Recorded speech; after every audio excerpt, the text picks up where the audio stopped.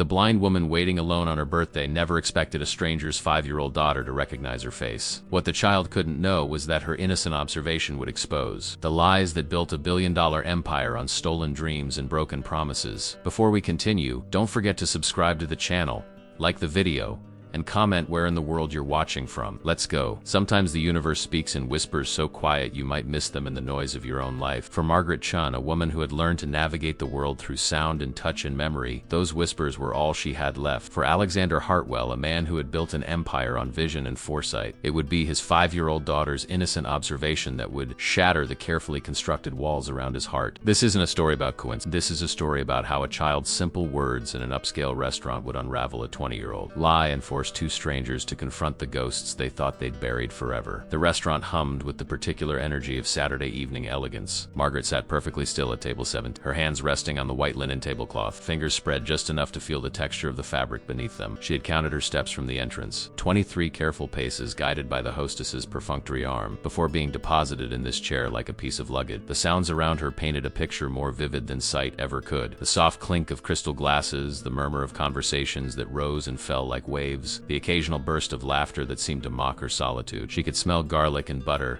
the yeasty warmth of fresh bread, and underneath it all, the faint citrus of the candles that must have been lit on every table. It was her 58th birthday. She knew this not because anyone had remembered, but because she had circled the date in her Braille calendar with the kind of determination that comes from refusing to let the world erase you. Her daughter hadn't called. Her son was somewhere overseas, too busy with his own life to remember the woman who had raised him. Her husband, well, David had been gone for 3 years now, and his absence was the kind of silence that never stopped echoing. She had made the reservation herself a month ago, speaking clearly into the phone, enunciating each word with the precision she'd learned when the world started treating her like she was deaf instead of blind. Table for 2, she'd said, because admitting she would be alone felt like admitting defeat. She'd arrived alone, she would eat alone, and she would go home alone to the small apartment that smelled like the lavender sachets she kept in every drawer, a desperate attempt to make emptiness feel like home. The waiter had been kind enough, his voice young and uncertain as he described the menu to her in the loud, slow cadence people used when they thought disability meant diminished intelligence. She had ordered the salmon, not because she particularly wanted it,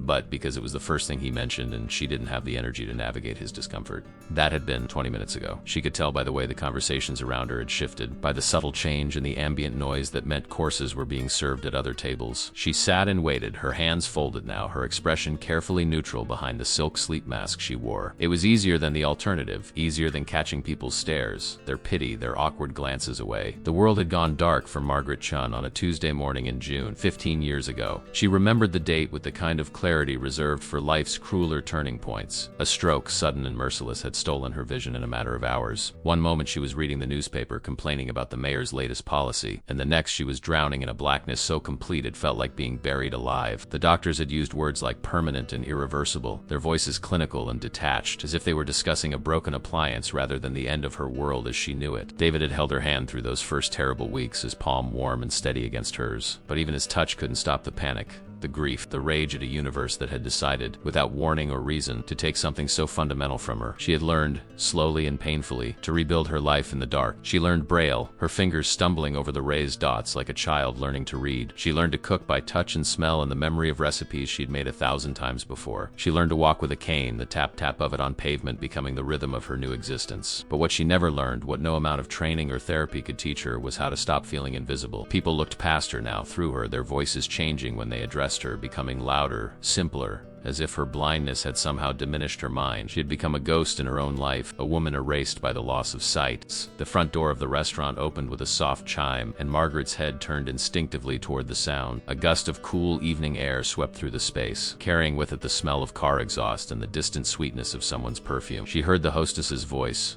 bright and welcoming in a way it hadn't been for her, and then a man's voice, deep and assured, the kind of voice that expected to be obeyed. A reservation under Hartwell, the voice said, and Margaret heard the rustle of fabric, the small, impatient sigh of a child. Alexander Hartwell was not a man accustomed to waiting. He had built Hartwell Industries from the ground up, turning a small tech startup into a multinational corporation that employed thousands and generated billions. He was 42 years old, handsome in the sharp-edged way of men who spent their days making decisions that affected lives they would never see. His suit was custom-tailored, his shoes Italian leather, his watch worth more than most people made in a year. He wore his success like armor, and it had served him well.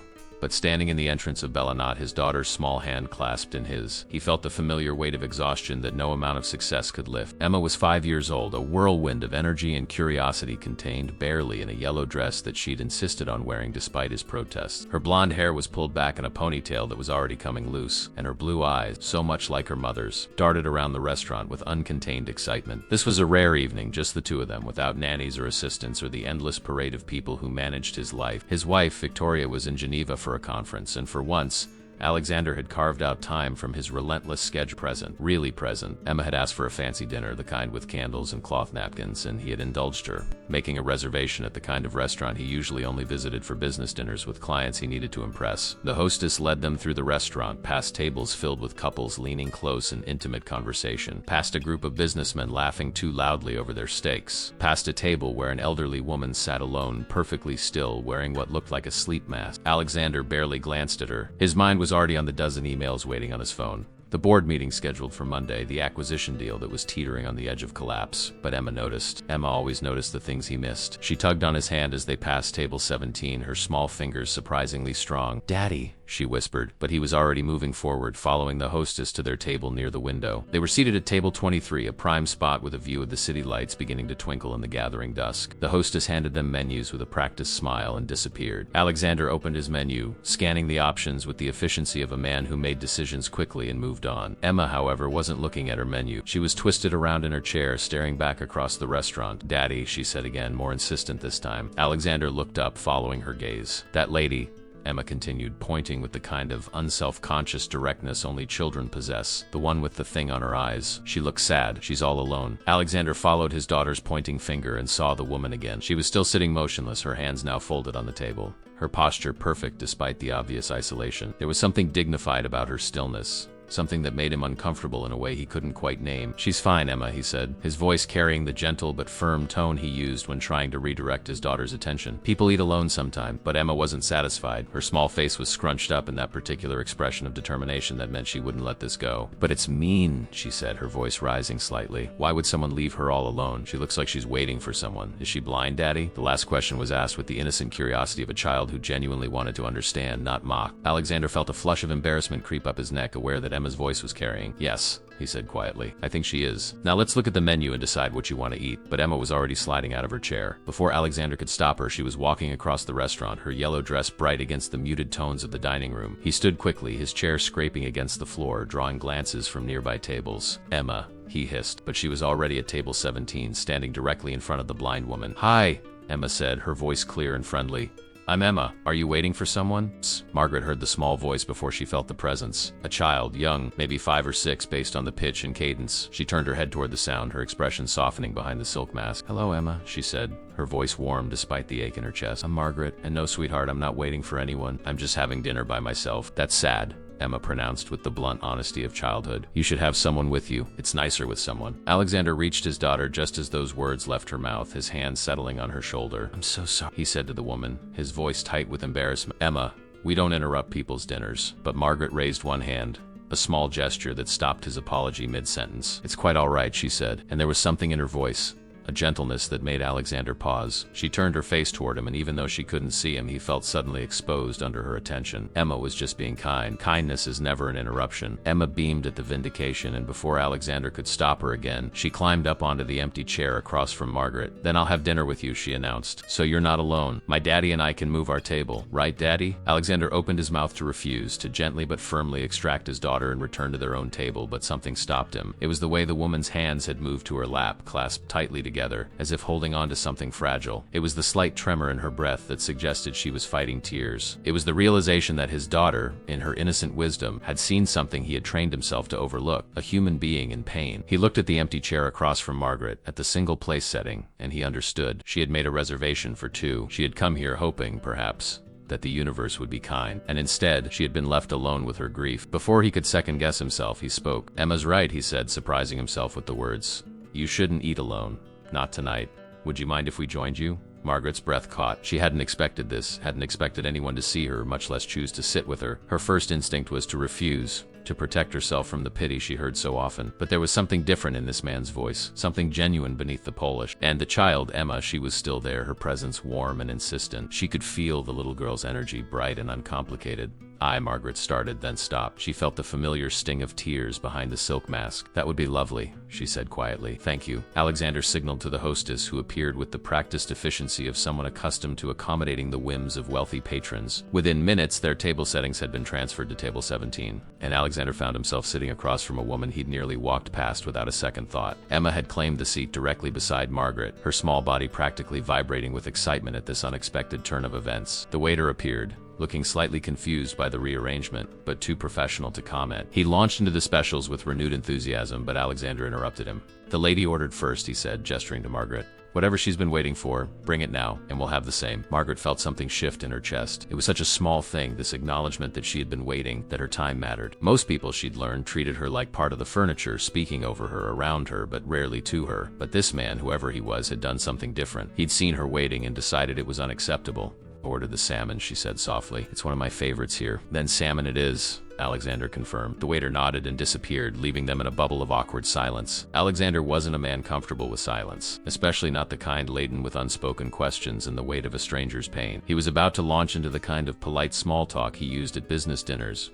when Emma beat him to it. Why do you wear that mask? Emma asked, her voice innocent and direct. Alexander winced, but Margaret smiled. It was a real smile, the first one she'd managed all evening. It's easier this way, sweetheart, she explained. My eyes don't work anymore, and sometimes people get uncomfortable looking at them. The mask helps them feel better. Emma considered this with the seriousness of a child trying to understand adult logic. That's silly, she pronounced. Your face is pretty. People should just get used to it. Alexander felt his throat tighten. Out of the mouths of babes. Thank you, Emma, Margaret said, and her voice wavered slightly. That's one of the nicest things anyone's said to me in a long time. Emma reached out and patted Margaret's hand with the unself-conscious affection of someone who hadn't yet learned that the world built walls between strangers. You're welcome, she said simply. Alexander found himself studying the woman across from him with a curiosity that surprised him. She was probably in her late 50s, though it was hard to tell. Her face had the kind of elegant bone structure that aged well, and despite the silk mask covering her eyes, there was something striking about her features. Her hair was dark with threads of silver, pulled back in a neat bun. She wore a simple navy dress, nothing expensive but clean and carefully pressed. There was a dignity to her that spoke of someone who refused to let circumstances diminish her. She held herself with perfect posture, her hands resting gently on the table, and when she turned her head to follow Emma's voice, the movement was graceful, practiced. He realized with a start that she navigated her darkness with more poise than most people navigated the world with sight. I'm Alexander, he said, realizing they hadn't been properly introduced. Alexander Hartwell. And you've already met my daughter, the force of nature that is Emma. Margaret's head turned toward him at the name, and something flickered across her face, an expression he couldn't quite read. Hartwell, she repeated slowly, as if tasting the word. That's an unusual name. Not many Hartwells in this city. Alexander felt a prickle of unease. It was the kind of comment that suggested recognition, though he couldn't imagine how a blind woman eating alone at a mid-range restaurant would know anything about his family or his business. It's not common, he agreed carefully. Have we met before? No, Margaret said quickly, perhaps too quickly. No, I'm certain we haven't. I once knew someone with that name, a long time ago. The moment hung between them, loaded with something unsaid. But before Alexander could probe further, the bread arrived, and Emma's attention shifted to the more immediate concern of butter. As they waited for their meals, Emma filled the silence with the kind of chatter only a 5-year-old could sustain. She told Margaret about her school, about her best friend Sophie who had a pet rabbit, about how her mother was always traveling and her father was always working, but tonight was special because they were having an adventure. Alexander listened to his daughter's words with a growing sense of shame. She made his absence from her life sound normal, acceptable, when it was anything but. Margaret listened with the kind of attention that suggested she was truly hearing every word, not just waiting for her turn to speak. She asked questions, laughed at Emma's jokes, and responded with a warmth that made Alexander realize how starved his daughter was for this kind of genuine interaction. Do you have children? Emma asked suddenly, the question innocent but devastating in its impact. Margaret's hands tightened on her napkin. I do, she said, her voice carefully controlled. 2, a son and a daughter. They're grown now. They have their own lives. Are they having dinner with you tomorrow for your birthday? Emma pressed, and Alexander shot her a warning look that she, of course, couldn't see. Emma, he started, but Margaret raised a hand. No, honey, they're not. And my daughter is very busy and my son lives far away. It happens sometimes when people grow up. They forget about the little things like birthdays. But that's okay. I have a nice dinner here tonight with new friend. That's a good birthday. Her voice was steady, but Alexander heard the tremor underneath. the carefully constructed lie that she was okay with being forgotten. Emma's face scrunched up in that expression of determination he'd learned to recognize. "That's not okay," she said firmly. "Birthdays are important. Everyone should have someone on their birthday." She turned to her father.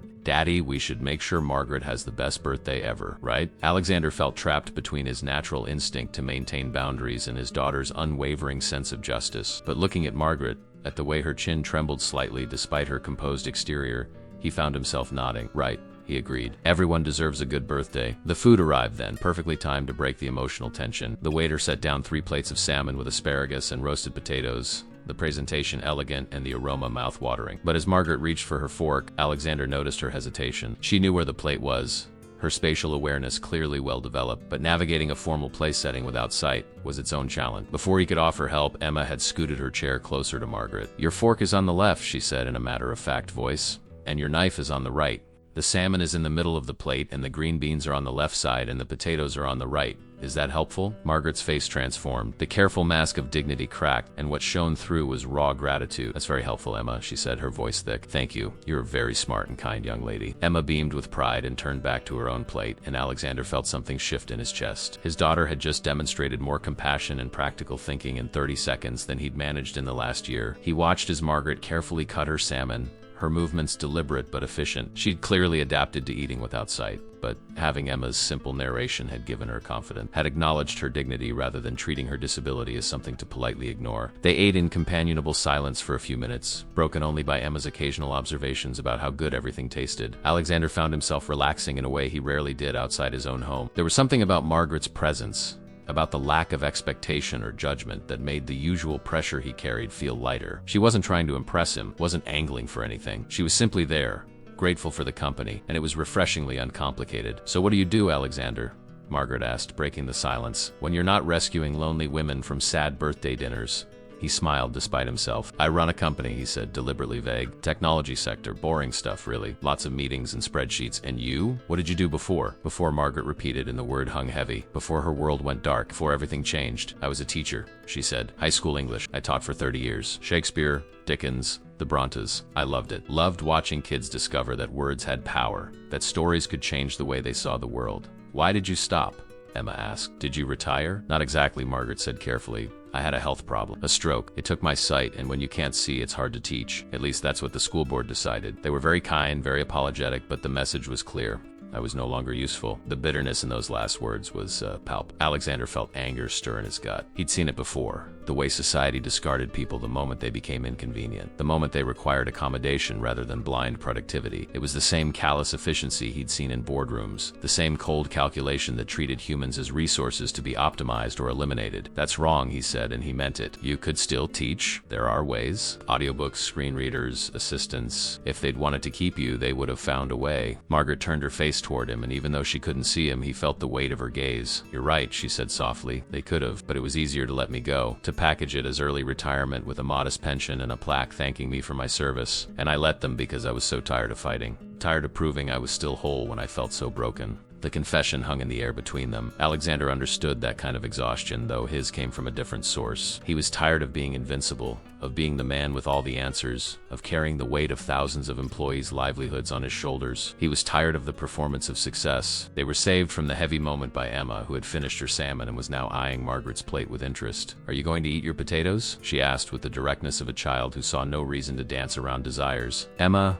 Alexander chided, but Margaret laughed, a real laugh that seemed to surprise her as much as it did him. "No, sweetheart, I'm full. Would you like them?" Emma nodded enthusiastically, and Margaret carefully pushed her plate toward the sound of the child's voice. As Emma happily claimed the potatoes, she paused mid-bite and looked at Margaret with sudden intensity. "You know what?" she said, her voice filled with wonder. "You look like my grandma, my daddy's mommy. She had the same kind of face. Pretty and nice." Alexander froze. The casual observation hit him like a physical blow. Emma was right. He saw it now, the resemblance he'd been too preoccupied to note it. The shape of Margaret's face, the elegant line of her jaw, the way she held her head. His mother had been gone for 3 years, and he'd spent so much energy not thinking about her, not dealing with that loss, that he'd almost forgotten what she looked like. but Emma remembered. Emma, who'd been only 2 when her grandmother died, somehow carried the memory in a way he'd refused to. Margaret had gone very still. "Your grandmother?" she asked, her voice strange. Alexander nodded, then remembered she couldn't see the gesture. "Yes," he said, his voice rough. "She passed away 3 years ago. Cancer." "I'm very sorry," Margaret said, and there was something in her tone, the depth of understanding that suggested she knew that particular kind of loss intimately. "Was she a kind woman?" "The kindest," Emma said simply, stealing another potato. "She used to read me stories and make cookies, and she always smelled like flowers." Alexander felt his throat close. It was true.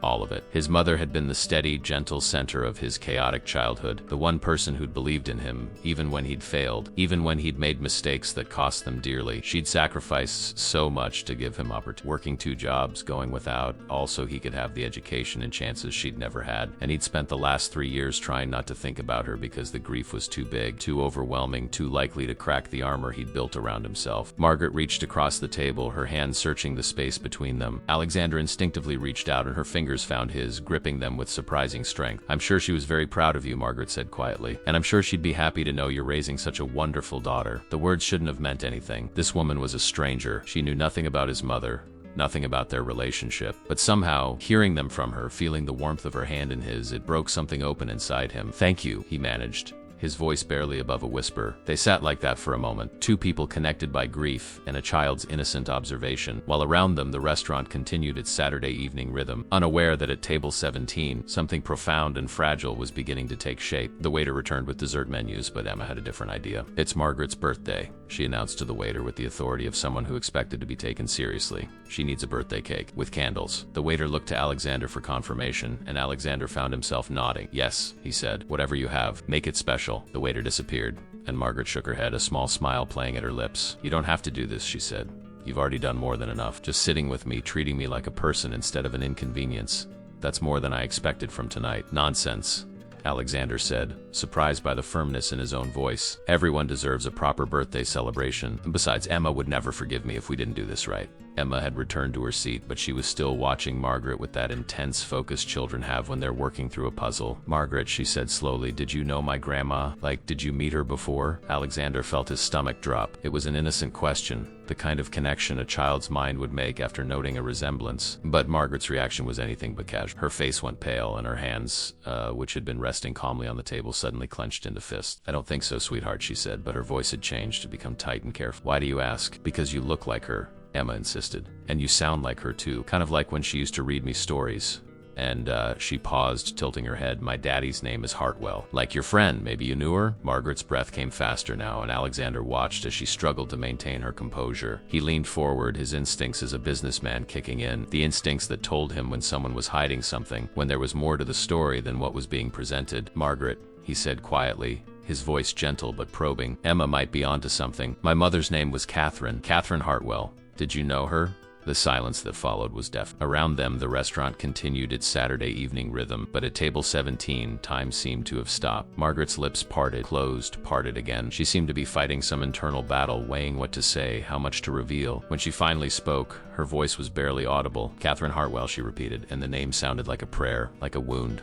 "Yes, I knew her. We were friends a very long time ago." Alexander felt the world tilt slightly. His mother had rarely spoken of her past, of her life before she'd married his father. She'd been intensely private, keeping her history locked away like a treasure too precious or too painful to share. He'd known she'd grown up poor, that she'd struggled, that his father had been her escape from a difficult life. But friends? Relationships? Those were blanks in the narrative. Gaps she'd never filled. "You were friends," he said, trying to keep his voice neutral. "How did you know her?" Margaret's hands were shaking now. She pressed them flat against the table as if to stop the tremor. "We met in high school," she said, her voice distant, lost in memory. "We were both scholarship students at a private academy. Girls from the wrong side of the tracks trying to make something of ourselves. We were inseparable for years. Best friend. We shared everything. Dreams, fears, secrets. She was..." Margaret's voice broke slightly. "She was like a sister to me." Emma was watching the exchange with wide eyes, sensing that something important was happening, even if she didn't fully understand it. "What happened?" she asked with a child's directness. "Why weren't you friends anymore?" Margaret turned her face toward Emma's voice, and even behind the silk mask, Alexander could see the pain etched in every line of her face. "Life happens, sweetheart," she said softly. "Sometimes people grow apart. They make different choices, go down different paths. Your grandmother married your grandfather, and she moved into a different world. A world where someone like me didn't fit anymore." The words were diplomatic, but Alexander heard what wasn't being said. He'd grown up in that world. the world of old money and carefully guarded social circles where class boundaries were invisible but absolute. His father, Richard Hartwell, had been exactly the kind of man who would have looked down on his wife's childhood friend, who would have made it clear that certain relationships were no longer appropriate. But there was something else, something deeper. He could feel it in the tension of Margaret's posture, in the way her voice caught on certain words. This wasn't just a story of class divide and lost friendship. This was something more personal, more painful. "Margaret," he said, choosing his words carefully, "my mother never mentioned you. She never spoke about anyone from her past. I'm trying to understand why. Was there some kind of falling out? A disagreement?" Margaret laughed, but it was a hollow, bitter sound. "You could call it that," she said. "A disagreement. That's one way to describe it." She was quiet for a long moment, and Alexander waited, sensing that pushing her would only make her retreat further. When she spoke again, her voice was so soft he had to lean forward to hear her. "Your mother and I both fell in love the same summer. We were 18. Fresh out of high school, working at a country club waiting tables to save money for college. There was a young man there, a member. He was charming, handsome, from a good family. Everything we weren't." Alexander felt ice forming in his chest. He knew where the story was going, could see the shape of it even before she spoke the next words. "His name was Richard," Margaret continued. "Richard Hartwell. We both loved him, but he chose your mother. He married her, gave her the life she'd always dreamed of. Security, status, a beautiful home. And I," Margaret paused, her voice hardening, "I was left behind. But not before your father made it very clear that my presence in Catherine's life was no longer welcome. He didn't want reminders of where she came from, of the poverty and struggle she'd escaped. So she cut me off completely. One day we were sisters, and the next I was a stranger." The revelation landed like a bomb. Alexander sat back in his chair, his mind reeling. His father had always been cold, controlling, obsessed with appearances and social standing. But this, forcing his mother to abandon her best friend because of class prejudice and some twisted jealousy, it was cruel beyond measure. "I didn't know," Alexander said, and he realized how inadequate the words were. "She never told me." "Of course she didn't," Margaret said, and there was no accusation in her voice. Only sadness. "Catherine learned to bury her past to become the woman your father wanted her to be. I imagine it was easier to forget me entirely than to live with the guilt of what she'd done." But Alexander wasn't ready to let it go that easily. "That doesn't make sense," he pressed. "My mother was strong. She wouldn't have just abandoned someone she loved because my father demanded it. There has to be more to the story." Margaret's face twisted with an emotion he couldn't quite read. "Pain? Anger? Regret?" "You're right," she said finally. "There is more, but it's not my story to tell. Not entirely. Your mother made choices, and I made mine, and the consequences of those choices have shaped both our lives in ways you can't imagine." Emma, who had been uncharacteristically quiet during this exchange, suddenly spoke up. "Did Grandma know you were sad? Did she know she hurt you?" Margaret turned toward the child, and when she spoke, her voice was gentle again. "I think she did, Emma. I think she carried that sadness with her all her life. But sometimes adults make choices that hurt people, even people they love, because they're scared, or because they think it's the right thing to do. It doesn't make it okay, but it's what happens." Alexander felt a surge of protectiveness for his mother's memory, mixed with confusion and anger at a father who had always been more interested in control than compassion. But there was something else nagging at him, a detail that didn't quite fit. "If you and my mother were so close," he said slowly, "then you would have known about me when I was born, when I was growing up. Did you?" He hesitated. "Did you ever try to reach out, to reconnect?" Margaret's composure finally cracked. A single tear slipped from beneath the silk mask, tracing a path down her cheek. "I tried once," she whispered. "When you were about 5 years old, I sent a letter to your home. I told her I was getting married, that I was happy, and that I forgave her. I wanted her to know that despite everything, I still loved her. I wanted to meet you." She paused, her breath hitching. "I never got a response. I don't know if she ever saw the letter or if your father intercepted it. After that, I stopped trying. It hurt too much to keep hoping." The weight of decades of pain, of lost friendship and buried resentment filled the space between them. Alexander felt like he was seeing his entire childhood through a new lens. His mother's sadness, the way she sometimes stared out windows with an expression of profound loneliness, the photograph she kept in a locked drawer that he'd only discovered after her death. Had she been thinking of Margaret all those years? Had she regretted the choice she'd made? The waiter appeared then, carrying a small chocolate cake with a single candle lit in the center. The timing was both perfect and terrible, breaking the heavy moment with forced celebration. He set the cake in front of Margaret and stepped back. Around them, other diners had noticed, and a few began to sing happy birthday, their voices joining in a ragged but earnest chorus.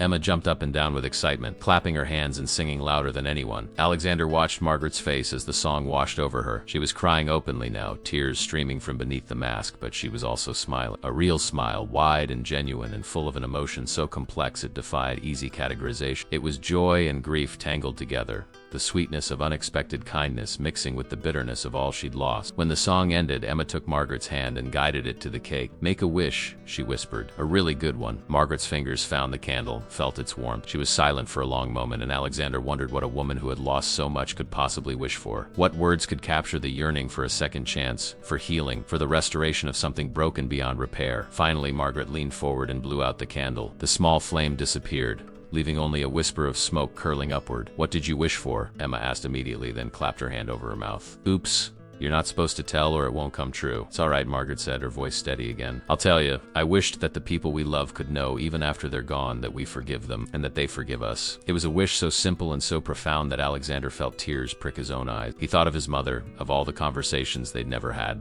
all the questions he'd never asked, and he thought of this woman sitting across from him, who had loved his mother and been betrayed by her, and who was still capable of forgiveness after all these years. Maybe, Alexander heard himself say, maybe it's not too late for some kind of healing. My mother is gone, and we can't change the past. But he hesitated, searching for the right words. Maybe we can honor what you had, what you both lost. Maybe there's a way to make this right. Margaret turned her face toward him, and for the first time since they'd sat down, she reached up and slowly removed the silk mask. Her eyes were milky white, unseeing, but they were also beautiful in their own way, windows to a soul that had endured and survived. She looked at him, or rather in his direction, and in that moment Alexander felt seen in a way he rarely did. Truly seen. Not as the powerful CEO or the successful businessman, but as a man trying to understand his mother's complicated legacy. "I would like that," Margaret said softly. "I would like that very much." And in the warm glow of the restaurant, as Emma cut into the birthday cake with more enthusiasm than precision, something ancient and broken began, just barely, heal. They left the restaurant an hour later, stepping out into the cool evening air that carried the scent of rain and car exhaust and the distant sweetness of a street vendor's cart. Emma held Margaret's hand on one side and Alexander's on the other, forming a small chain of connection that felt both natural and impossibly fragile. Alexander had insisted on driving Margaret home, and she had accepted after only a token protest. The exhaustion of the evening, of opening old wounds and reliving buried pain, had left her drained. As they walked to his car, a sleek black sedan that probably cost more than Margaret's annual pension, she moved with the careful precision of someone navigating a world she couldn't see but had learned to map through memory and sound. Emma chattered the entire drive, filling the silence with observations about the city lights she could see from the window, about how the cake had been delicious, about how Margaret should come to their house sometime to see her room and meet her stuffed animal. Alexander drove in silence, his mind spinning with everything he'd learned. Every story had gaps, and he was starting to understand that the gap between his parents' public image and their private reality was vast enough to hide entire lifetimes of secrets. Margaret's apartment was in an older building, in a part of town that developers hadn't yet discovered, and gentrified into oblivion. The lobby smelled of old carpet and lemon cleaning solution, and the elevator groaned its way to the 5th floor with the reluctant protest of machinery long past its prime. Alexander insisted on walking her to her door, Emma still holding Margaret's hand, and when they reached apartment 512, Margaret fumbled with her keys for only a moment before finding the lock with practiced ease. "Would you like to come in?" she asked, and there was something vulnerable in the offer. An acknowledgement that she didn't want the evening to end, didn't want to return to the silence of her empty apartment. Emma looked up at her father with pleading eyes, and Alexander found himself nodding. "Just for a little while," he said. "It's getting late for Emma." The apartment was small but immaculately kept. Margaret moved through it with the confidence of someone who knew every inch of their space, turning on lights she couldn't see but knew her guests would need. The living room was modest, filled with furniture that had clearly been acquired over decades rather than in a single shopping trip. But what struck Alexander most were the books. They were everywhere, lining shelves that covered every available wall, stacked on tables, arranged in careful piles on the floor. Braille books, he realized, running his fingers over the raised dots on one spine. "I couldn't give up reading," Margaret explained, sensing his curiosity through the silence. "It's one of the few things I refused to let the darkness take from me. I had to learn a whole new way to consume stories. But I did it. Books were always my escape, my comfort, still are." Emma had already found a worn leather armchair and claimed it, her eyes drooping with exhaustion. The excitement of the evening was catching up with her. Margaret moved to a small cabinet and retrieved a framed photograph, handling it with the kind of reverence reserved for sacred objects. She held it for a moment, her fingers tracing the glass as if she could feel the image beneath, then offered it to Alexander. "This is us," she said quietly. "Catherine and me, before everything changed." Alexander took the photograph, his hand suddenly unsteady. Two young women stared back at him, their arms around each other's shoulders, faces bright with youth and unguarded joy. One was unmistakably his mother, though younger than he'd ever seen her hair longer and her smile wider than he remembered. The other was Margaret, her eyes clear and full of life, her laughter captured in the frozen moment. They were wearing matching uniforms, simple black dresses with white aprons, clearly their waitressing outfits from the country club Margaret had mentioned. Behind them, slightly out of focus, was a young man in tennis whites. Even in the blurred background, Alexander could make out his father's distinctive profile. The sharp jawline and aristocratic bearing that had defined Richard Hartwell even in his youth. "We were so young," Margaret said, her voice distant, "so full of dreams and so certain that friendship was forever. We promised each other that no matter what happened, no matter where life took us, we'd always be sisters." She laughed softly, bitterly. "We were naive. We didn't understand that some promises are impossible to keep." Alexander studied the photograph, searching his mother's face for some hint of the sadness that would come, some shadow of the choice she would make, but there was nothing. Just pure, uncomplicated happiness. The woman in this photograph was someone he'd never known. Someone who'd been buried under years of his father's expectations and social climbing and the weight of maintaining appearances. "When did it end?" he asked. "The friendship. When did she choose him over you?" Margaret sank into the couch, her movements slow and careful. "It wasn't instant," she said. "It happened gradually, like watching someone drown in slow motion. Your father started courting Catherine seriously that fall. He was persistent, charming, everything a young woman could want. And he had resources, connections, the promise of a life beyond what we'd ever imagined. I was happy for her at first. I thought she deserved someone who would take care of her, who would give her security. Her childhood had been harder than mine. Her father drank, her mother worked 3 jobs. Catherine had dreamed of escape her whole life, and your father was offering it. But then your father made his position clear. One evening after he'd proposed and Catherine had accepted, he took me aside. He was very polite, very civilized about it. He explained that Catherine was going to be his wife, that she would be entering a different social sphere, and that certain associations from her past would need to be left behind. He didn't say I was an embarrassment, he didn't have to. The message was clear, I was unsuitable. My poverty, my lack of connections, my very existence was a liability to his vision of what his wife should be. And my mother agreed? Alexander's voice was tight. She just let you go? Margaret was quiet for a long moment. I don't think she had much choice, she said finally. Or at least that's what I told myself for years. Your father was very persuasive. He made it clear that if Catherine wanted the life he was offering, it came with conditions. Catherine, she paused, searching for the right words. Catherine had fought so hard to escape her circumstances. She'd sacrificed so much. When your father offered her a way out, a permanent escape from poverty and struggle, how could she say no, especially when the cost was just one person, just me? But the story didn't feel complete to Alexander. There was something in the way Margaret spoke, a hesitation that suggested layers still unpeeled. "You said earlier that you both loved him," he pressed gently. "My father. If you loved him too, if there was some kind of rivalry, then maybe her choice wasn't just about class. Maybe it was more complicated than that." Margaret's face crumpled slightly, and Alexander saw the truth before she spoke it. She turned her head away, unable to face him even in her blindness. "You're perceptive," she said, her voice barely above a whisper. "Yes, I loved him, or I thought I did. We all worked at that country club the summer before college." Richard was charming to both of us, flirtatious in that careless way wealthy young men are when they're playing with girls they see as temporary entertainment. But I thought, Margaret's voice caught, I thought what we had meant something. He would seek me out, bring me flowers from the garden, tell me I was special. And then one day I found him with Catherine. They were in the gardener's shed and he was proposing. She was crying, saying yes, and I realized that everything he'd told me had been a lie. He'd been courting us both, playing us against each other perhaps, or maybe just amusing himself. And he chose her. The pain in her voice was ancient but still raw, a wound that had never properly healed. Alexander felt sick. His father had been many things: cold, controlling, obsessed with status, but he'd never imagined him capable of such casual cruelty. "I confronted Catherine later that night," Margaret continued. "I was hurt, angry, feeling betrayed. We had a terrible fight. I accused her of stealing him, of knowing how I felt and going after him anyway. She swore she didn't know, that Richard had told her I wasn't interested, that we were just friends. Maybe she was telling the truth. Maybe she really didn't know. Or maybe she did and chose to believe his lies because she wanted what he offered more than she wanted our friendship. I'll never know." We didn't speak again after that night. A month later, they were married in a small ceremony. I wasn't invited. I heard about it from other girls at the club. And then they moved into that big house in the hills. And Catherine became Mrs. Richard Hartwell, and I became nothing. Alexander sat down heavily in the chair opposite the couch, the photograph still in his hands. His entire understanding of his parents' marriage was shifting, revealing a foundation built on deception and sacrifice and the calculated destruction of inconvenient relationships. He thought of his mother's quiet sadness, the way she'd seemed to carry some private grief throughout his childhood. Had she been mourning this friendship? Had she regretted her choice? "Daddy?" Emma's small voice cut through the heavy silence. She was still curled in the armchair, but her eyes were open, watching them both. "Why did Great-Grandpa Richard do mean things?" Alexander struggled to find an answer that a 5-year-old could understand. "Sometimes, sweetheart," he said carefully, "people make choices that hurt others because they want something very badly. They forget that other people have feelings too. It doesn't make it right, but it's what happened." Emma considered this with the seriousness of a child trying to map adult morality. Did Grandma Catherine feel bad about it? Did she miss Margaret? Alexander looked at Margaret, and she looked back at him with those unseeing eyes that somehow saw more than most. I think she did, Margaret said softly. I think she felt bad her whole life, because even though she got what she wanted,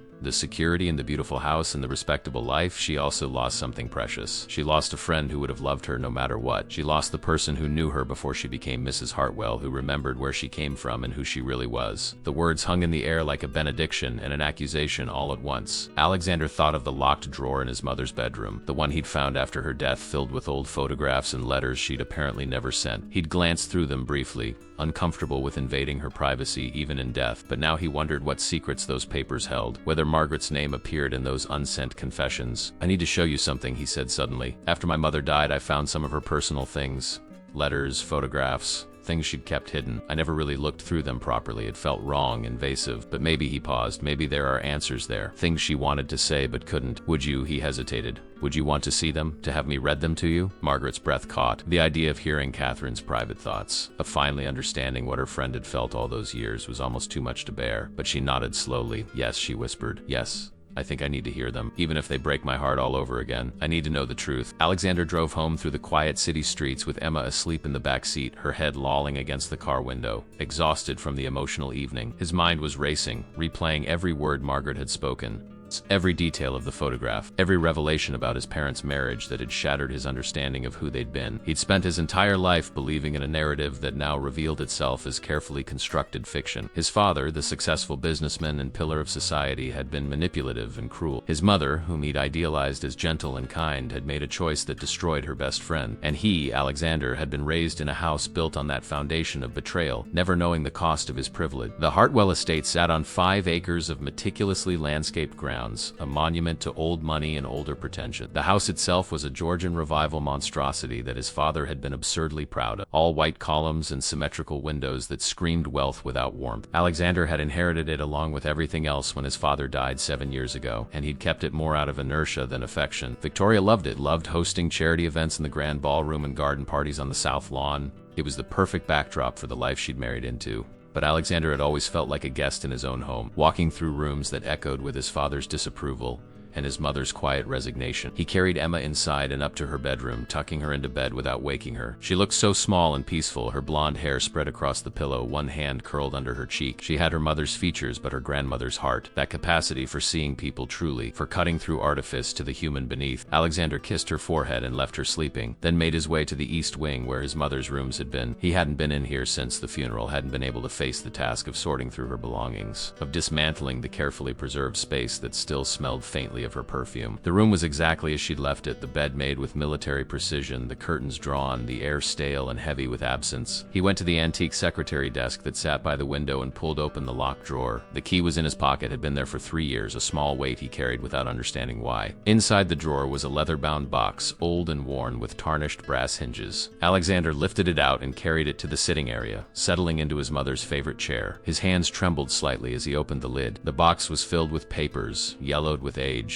organized with the kind of careful precision his mother had applied to everything in her life. On top was a stack of letters, at least 2 dozen, each one sealed in an envelope addressed to Margaret Chun in his mother's elegant script. None of them had been sent. The addresses were old, places Margaret had lived years or even decades ago. His mother had been tracking her, following her life from a distance, writing letters she never had the courage to mail. Alexander picked up the first envelope, postmarked and stamped but never sent. The date was 30 years ago. He opened it carefully, the old glue releasing his sealy, and unfolded the letter inside. The paper was delicate, filled with his mother's careful handwriting. "My dearest Margaret," it began, "I saw you today. I was driving through downtown and you were walking out of the library with an arm. You looked so much like the girl I remember, the one who believed that stories could save us. I wanted to stop the car, to run to you, to throw my arms around you and beg your forgiveness, but I drove past like a coward. Richard would be furious if he knew I'd even seen you. He's made it clear that my past is to remain buried, that the woman I was before I became his wife is dead and gone. But she's not dead, Margaret. She's trapped, screaming silently behind the perfect smile and the designer clothes and the charity luncheons. Every day I wake up in this beautiful prison and wonder what my life would have been if I'd chosen differently, if I'd chosen you over him." The words were devastating in their honesty. Alexander read on, his throat tight. The letter continued, I tell myself I made the right choice, that I gave my son opportunities I never had, that he'll never know the hunger and fear I grew up with. But what kind of mother builds her child's life on the grave of her own soul? Alexander doesn't know the real me. How could he? I've buried her so deep that sometimes I forget she ever existed. But then I see you or I think about you and she comes rushing back. The girl who wanted to teach literature and change the world. The girl who believed in friendship above everything. That girl would be ashamed of the woman I've become. I'm sorry, Margaret. I'm so endlessly, hopelessly sorry. I know these words can never reach you. Richard checks the mail. He always has. But I need to write them anyway. I need to believe that somewhere in some version of reality you hear me, you forgive me. You know that I never stopped loving you. Yours always, Catherine. Alexander sat in the darkened room, his mother's confession burning in his hand. The pain in those words, the regret and self-recrimination, was almost unbearable to witness. His mother had been trapped, complicit in her own imprisonment, but trapped nonetheless. He thought of all the times he'd seen her staring out windows, lost in thought. Had she been thinking of Margaret, of the life she'd given up? He opened the second letter, dated 5 years later. Margaret, it began. Alexander started school today. He's 5 years old, so bright and curious and full of life. He looks like Richard, has his features and his intensity, but sometimes I catch glimpses of something else in him. A kindness, a sensitivity that doesn't come from his father. I like to think it comes from me, from the part of me I had to hide. I tell him stories at night, the same ones we used to love, the Brontes, Austen, Dickens. He listens with such focus, such joy. It reminds me of the way you used to listen, sitting in that cramped dorm room, sharing a single lamp between us because we couldn't afford to. I wish you could meet him. I wish he could know the woman who taught me that intelligence and compassion aren't weaknesses. Richard says I coddle him, that I'll make him soft, but I refuse to raise him the way Richard's parents raised him, cold, transactional. I want Alexander to know love, even if he never knows the full truth of who I am. There are photos in this box that I've never shown him, photos of us, of who we were. Maybe someday when I'm gone, he'll find them. Maybe he'll understand that his mother was once a whole person, not just the carefully curated image I present to the world. I hope he'll be kinder than his father. I hope he'll be brave in ways I never was. Letter after letter painted the same picture. A woman living in quiet desperation, documenting a friendship lost, writing to a ghost, preserving her truth in the only way she could. Some letters marked significant moments. Margaret's wedding, which Catherine had read about in a newspaper announcement, the birth of Margaret's children, the news years later of Margaret's stroke and the loss of her vision. That letter was particularly wrenching. Catherine had written, I heard about your illness. I wanted to come to you, to sit by your hospital bed and hold your hand, but Richard forbade it. He said it would be inappropriate that people would talk, so I sent flowers anonymously. White roses, your favorite. Did you know they were from me? Did you understand that I was there in the only way I could be? I pray for you every night. I pray that you found happiness despite everything I took from you. I pray that you've forgiven me even though I don't deserve it. I pray that when this life is over, we'll meet again in some place where Richard and his rules don't exist, where we can be who we were meant to be, sisters. Alexander discovered that his mother had tracked Margaret's movements for decades through newspaper archives and public records. She'd known when Margaret retired from teaching. She'd known about her husband's death 3 years before Catherine's own. She'd documented it all in these letters, a one-sided conversation spanning 35 years. The most recent letter was dated just 2 months before his mother's death. She must have written it knowing she was dying, knowing these words would be her last. Margaret had said in handwriting that was shaky but still recognizable, I'm dying. The cancer is spread too far. The doctors give me weeks, maybe less. I'm not afraid of death. I'm afraid that I'll die with this weight on my soul, that I'll never have the chance to tell you the truth. I made the wrong choice. I've known it every day of the last 40 years. I chose security over love, status over friendship, Richard's vision of who I should be over the woman I actually was, and I've paid for it. Every single day I've paid for it. I watch Alexander and I see a good man trying to be better than his father. I see my granddaughter Emma and I see hope, innocence, the possibility of a different kind of Hartwell legacy. But I also see the walls I helped build, the cold, transactional way Richard taught our son to navigate the world, the emotional distance that Alexander maintains because that's all he ever learned. The letter concluded, if by some miracle you ever read this, I want you to know that you were the best part of my life. Not the house, not the money, not the social position. You, our friendship, the girl I was when I was with you. That was real. Everything else was just survival. Tell Alexander if you ever meet him that his mother loved him but didn't know how to show it properly. Tell him that she wanted more for him than the life she lived. Tell him that kindness matters more than success, that people matter more than appearances, that some choices once made can never be unmade and we spend our whole lives living with the consequence. I love you, Margaret. I always have. I'm sorry I was too weak to say it when it mattered. Forgive me, Catherine. Alexander sat in the silent room surrounded by his mother's secret history and wept. These letters were a roadmap of regret, a chronicle of a woman slowly suffocating under the weight of her own choices. His father had been a tyrant, but his mother had been complicit, had chosen comfort over courage, and it had destroyed her from the inside out. He gathered the letters carefully, placing them back in the box along with the photographs he found beneath them. Pictures of two young women laughing, dancing, studying together. Evidence of a friendship that should have lasted a lifetime but had been sacrificed on the altar of ambition and fear. He needed to bring these to Margaret. She deserved to hear Catherine's words, deserved to know that she hadn't been forgotten, that the friendship she'd mourned had been mourned equally on the other side of the silence. It was 3 in the morning when Alexander made his decision. He would take the box to Margaret tomorrow. He would read every letter to her, would give her the closure his mother never had the courage to provide in life, and then somehow they would figure out what came next. How to honor a friendship that had survived decades of separation. How to teach Emma that kindness was more valuable than wealth. How to build a legacy different from the one his father had left him. He fell asleep in his mother's chair, the box of letters clutched against his chest, dreamed of 2 young women laughing in the sun, their whole lives ahead of them, still believing that promises could be kept and that friendship was forever. The morning came too quickly, sunlight streaming through the windows of his mother's room and finding Alexander still in the chair, stiff and aching from sleeping upright. The leather box was still in his lap, and for a moment in the confusion of wake, he thought he'd dreamed the entire thing. But the weight of the box was real, and so was the burden of knowledge it contained. He showered and changed, moving through his morning routine on autopilot, his mind already at Margaret's apartment. Emma found him in the kitchen, still in her pajamas, rubbing sleep from her eyes. "Where are we going today, Daddy?" she asked, climbing onto a stool at the counter. "We're going to see Margaret," he said, pouring her a glass of orange juice. "I have something important to give her. Something from Grandma Catherine." Emma's face lit up. "Can I come?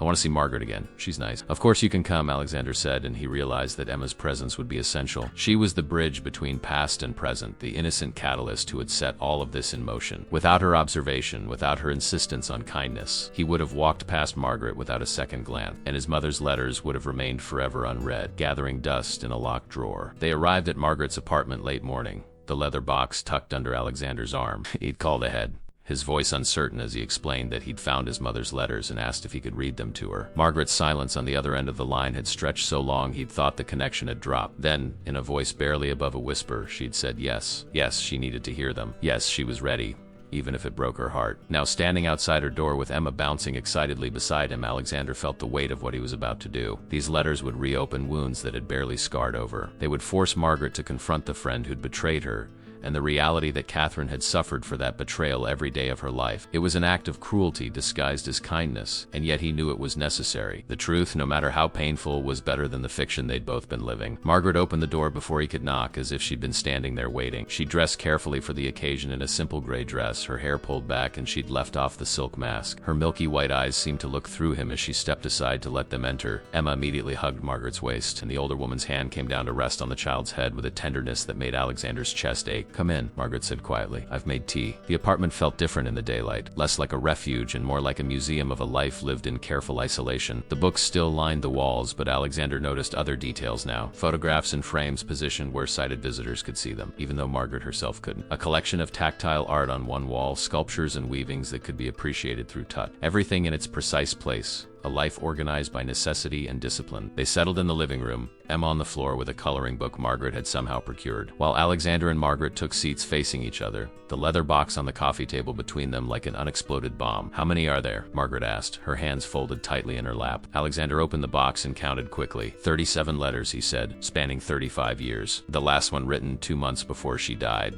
Margaret's breath hitched. 37, she repeated. 37 times she thought of me and never reached out. Alexander heard the pain in her voice, but also something else. A desperate hope that maybe, just maybe, there was an explanation that would make sense of the silence. She couldn't reach out, he said gently. "My father controlled everything. The mail, the phone calls, her movements. These letters were never sent because he would have found them." She was documenting her truth in the only way she could, the only way that was safe. Margaret was quiet for a long moment, then read them to me, she said, her voice steady despite the tears already forming in her sightless eyes. "Read me every word. I need to hear her voice again, even if it's through yours." Alexander picked up the first letter, the one from 30 years ago, and began to read. His voice was rough at first, stumbling over his mother's words, but as he continued, he found a rhythm. He read of his mother seeing Margaret on the street, of the impulse to run to her, of the suffocating prison of her marriage. Margaret listened without moving, her face a mask of control that slowly began to crack as the words washed over her. When he finished the first letter, she said simply, Next, he read the second letter, about Alexander's first day of school, about Catherine's hope that her son would be kinder than his father. Margaret's tears fell freely now, silent tracks down her cheeks that she made no move to wipe away. He read about his mother learning of Margaret's wedding through a newspaper announcement. I was both heartbroken and relieved, Catherine had written. Heartbroken that it wasn't me standing beside you, that I'd forfeited the right to be part of your joy, but relieved that you'd found someone to love you the way you deserve. I hope he knows what a treasure he has. I hope he never takes you for granted the way Richard took me for granted from the moment I said yes. Letter after letter, year after year, Alexander read his mother's secret history. He read about Catherine's miscarriages, the 2 babies she'd lost between pregnancies. Grief she'd never been allowed to express because Richard viewed it as weakness. I wanted to call you, she'd written. You were the only person who would have understood, but I couldn't. And so I grieved alone in this big empty house, and Richard never mentioned it again. It was as if those babies never existed. He read about his father's affairs, the succession of secretaries and business associates that Catherine had known about but never confronted. She'd written, I stopped caring years ago who Richard shared his bed with. Our marriage was never about love. It was a transaction, and I fulfilled my end by giving him a son and maintaining appearances. If he finds his pleasures elsewhere, it's almost a relief. At least then he leaves me alone. The words were devastating, painting a picture of a marriage devoid of intimacy or joy, a beautiful facade concealing decades of loneliness. Alexander felt sick hearing his mother's private anguish, understanding for the first time how completely miserable she'd been. He read the letter about Margaret's stroke, about Catherine's desperate desire to visit the hospital and her husband's flat refusal. I defied him in one small way, his mother had written. I slept the roses, white ones, your favorite, the ones we used to steal from the country club gardens when we worked the late shifts. I couldn't sign the card, but I wrote from someone who remembers. Did you understand? Did you know they were from me? Or did you think they were from just another stranger offering meaningless condolences? Margaret gasped. The white roses, she whispered. I got white roses in the hospital. No name, just that card. From someone who remembers, I thought they were a mistake, that the florist had mixed up the orders. They were from her? She sent them? Alexander nodded, forgetting she couldn't see him. Yes, he said, his voice thick. She sent them. She was there with you in the only way my father allowed. Margaret covered her face with her hands, her shoulders shaking with silent sobs. All these years, she choked out. All these years I thought she'd completely forgotten, that I meant so little that I didn't even merit a moment of her time, but she was thinking of me.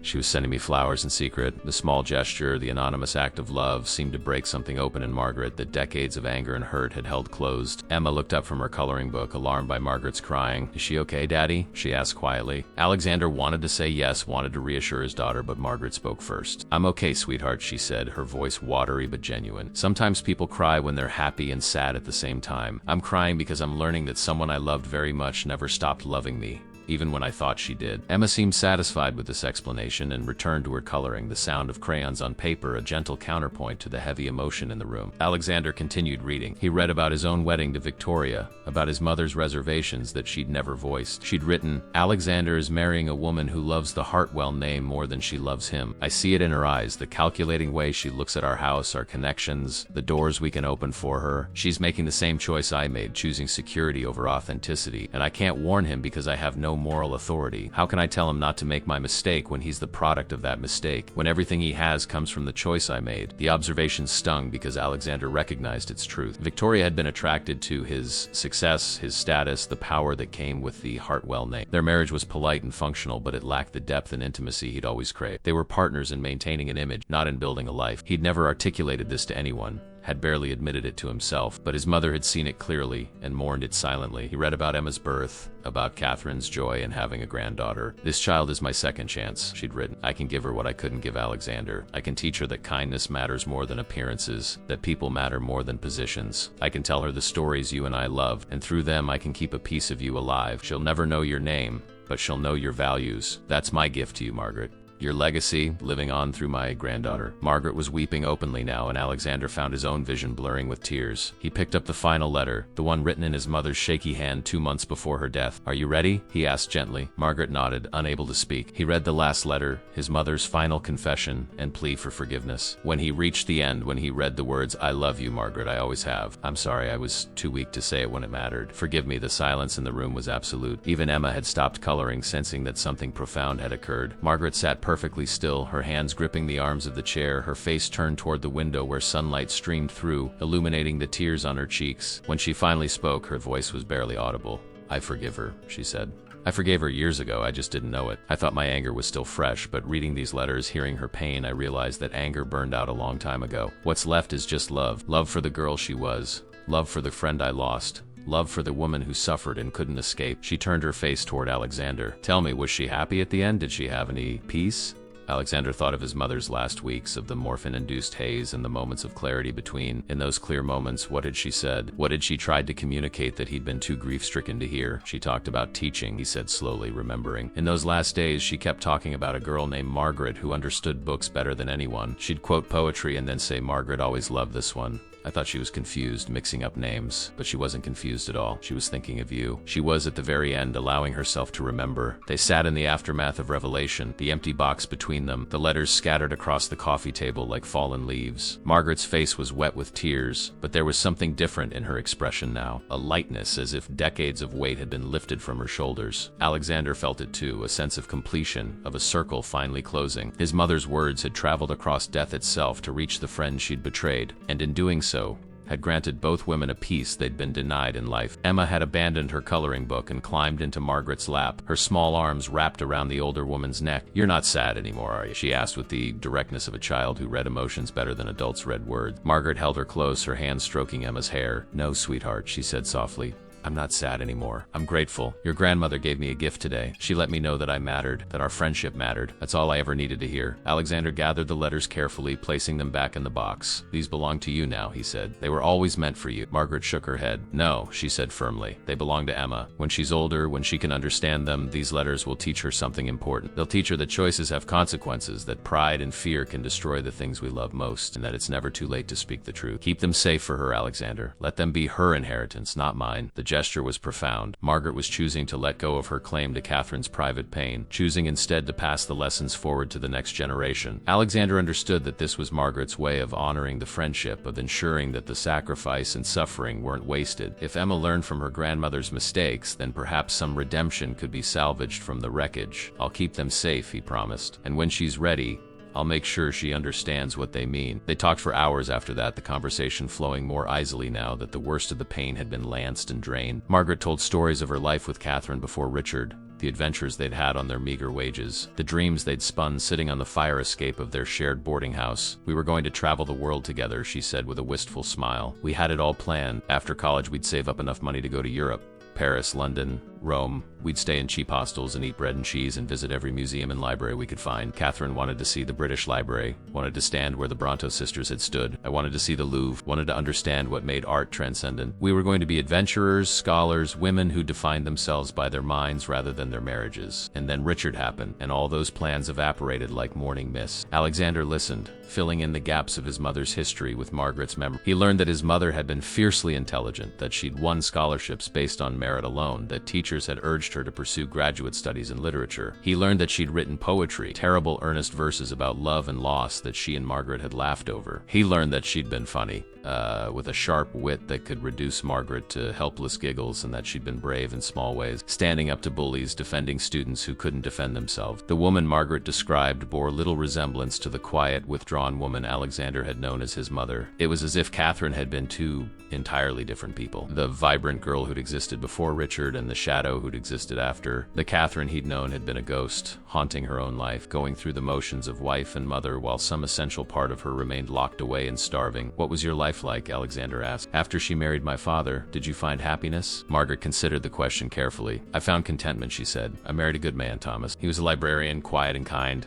Nothing like Richard. We had 2 children, a boy and a girl. I taught for 30 years and loved most of it, and then I had my stroke and everything changed. Thomas tried his best, but caring for someone who's lost their sight is demanding. He wasn't equipped for it, and I think my blindness frightened him. He stayed with me out of duty, but the joy left our marriage. When he died 3 years ago, I felt more relief than grief, and that guilt has haunted me. He deserved better than a wife who mourned a friendship more than her own husband." The honesty was stark and painful. Alexander understood now that Margaret had been as trapped as his mother, though her cage had been different. Where Catherine had been imprisoned by wealth and social expectations, Margaret had been imprisoned by duty and the weight of unfulfilled dreams.